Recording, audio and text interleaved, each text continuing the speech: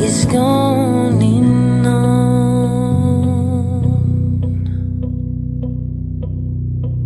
Bonjour et bienvenue sur cette nouvelle vidéo théorie. La saison 4 de La Casa de Papel est sortie ce vendredi 3 avril 2020 et a été très forte en rebondissement. Vous pourrez découvrir une vidéo critique qui sortira en parallèle de celle-ci. Petite annonce, cette vidéo va comprendre des spoilers de la série, donc si vous n'avez toujours pas vu ou vous ne voulez pas être spoilé par l'éventuelle suite, je vous conseille de quitter cette vidéo. Mais vous pouvez aller lire ma critique sans spoil sur mon compte Instagram. Le nom s'affiche actuellement à l'écran. Et si tu aimes les théories, j'ai sorti une vidéo sur la saison 3 de Sex Education qui a un peu de mal à décoller, donc n'hésite pas à aller regarder. La fin de la saison 4 se termine avec l'infiltration de Raquel dans la banque et la mort de César Gandia, ou du moins il a été bien fracassé. Et de l'autre côté, Alicia pointe une arme sur le professeur dans sa planque. Le groupe de braqueurs n'est évidemment pas au courant de ce point de l'intrigue. Marseille est reparti avec l'hélicoptère, la police est très mal en point suite aux révélations des braqueurs et de l'intervention publique d'Alicia. Voilà, je pense avoir résumé le contexte de la fin de cette saison 4. Ah oui, j'oubliais. Une chose qui aura très certainement son importance dans la suite des événements, la mort de Nairobi, aussi choquante que frustrante. Bon, il est temps maintenant pour moi de revenir sur 5 théories.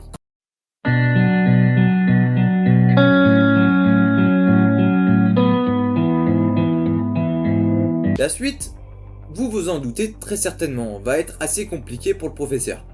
Il est vraiment dans une très mauvaise posture. D'une, il a une arme pointée sur lui, et la personne qui tient cette arme est autre que l'ex-négociatrice Alicia Sierra. Comment va-t-il s'échapper de cette mauvaise posture, me direz-vous ? Surtout avec cette folle qui n'en a rien à carrer de la loi, va-t-elle tirer ? Eh bien, je ne pense pas. Mais elle-même est dans un sacré cul-de-sac car 3 choix s'offrent à elle. Mais étant très intelligente, 2 solutions vont alors s'éliminer. Les 3 choix sont les suivants. Sa première option, elle tire et tue le professeur. Une fin pour le personnage que j'ai du mal à imaginer, mettant ainsi tout le contrôle depuis l'extérieur au tapis. Deuxième option, elle ne tire pas et appelle les services de police. Malheureusement, elle est aussi recherchée, donc elle signerait par la même occasion son arrestation. Troisième option, elle utilise le professeur pour manipuler les braqueurs, mais aussi la police. Et c'est cette troisième option que Sierra choisira. Sauf qu'elle n'est pas au courant d'une chose.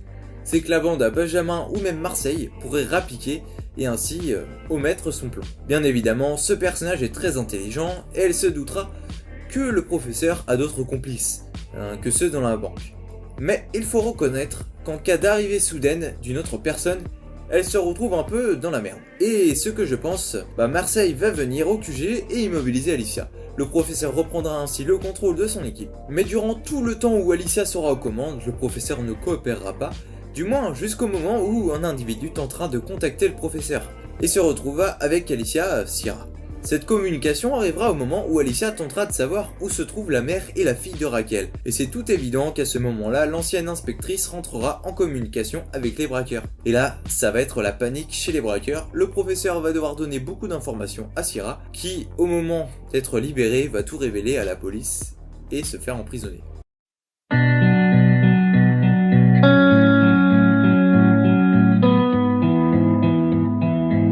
Dans leur joie d'avoir retrouvé Lisbonne dans leur rang, les braqueurs vont se remettre au boulot et découvrir petit à petit ce qui se passait sous leur nez, avec la tentative d'Arturo Roman, et vont tout simplement l'isoler. Les braqueurs ne seront toujours pas au courant de ce qui se passe avec le professeur, et vont avoir des soucis de communication avec lui sans savoir pourquoi. Ils vont se retrouver dans l'obscurité la plus totale et vont continuer d'exercer le plan en étant toujours sur leur garde. N'ayant aucune information de ce qui se passe dehors, c'est lorsqu'Alicia rentrera en contact avec eux que les choses vont se gâter, contraints de faire ce que leur demande Alicia à cause de la pression qu'elle va leur soumettre, notamment par rapport à Raquel. Les braqueurs vont alors en vouloir au professeur, voyant tous leurs efforts et leur espoir mis en pièces. La tension va encore se faire ressentir à l'intérieur de la banque, et c'est à ce moment-là qu'un certain Arturo en profitera pour passer à l'action.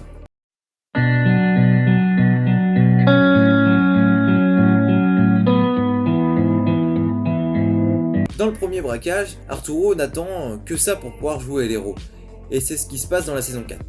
Mais il n'avait pas envisagé qu'un des braqueurs était dans les rangs des otages. Pour éviter qu'il ne fasse encore preuve d'héroïsme, les hommes en rouge vont l'isoler avec une surveillance juste pour lui. Cette surveillance va alors baisser lors d'une attaque orchestrée par la police pendant un moment de tension au sein de la banque avec la prise de contrôle d'Alicia.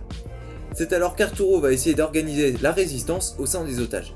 Le souci, c'est que personne n'a l'air décidé de le suivre Et dans ce moment de tension, Arturo va être tué alors qu'il pointait son arme sur Monica. Par qui? J'ai plusieurs idées, plusieurs noms me viennent comme Denver, Tokyo, Palerme ou encore Stockholm, et c'est peut-être cette dernière qui retiendra mon attention. J'ai du mal à penser que ce sera Denver, en plein parcours de reconquête de ses bien-aimés. Tokyo pourrait aussi passer à l'acte, mais c'est encore moins plausible que Palerme pour se racheter de la mort de Nairobi.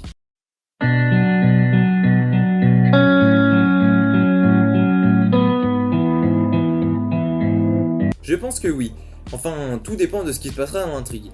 Si un personnage ne fait pas une grosse boulette ou est tué. Enfin bref, la série apporte beaucoup d'importance aux relations amoureuses. Même Nairobi, y a le droit. Palerme et Helsinki aussi. Donc oui, pour moi, ces deux couples vont se remettre ensemble. Ou alors Denver et Stockholm en tout cas. Pour Rio et Tokyo, ça a vraiment l'air compliqué pour le moment. Même si je pense que les deux finiront par s'embrasser parce que c'est ce que le public veut et Netflix aime bien donner raison au public.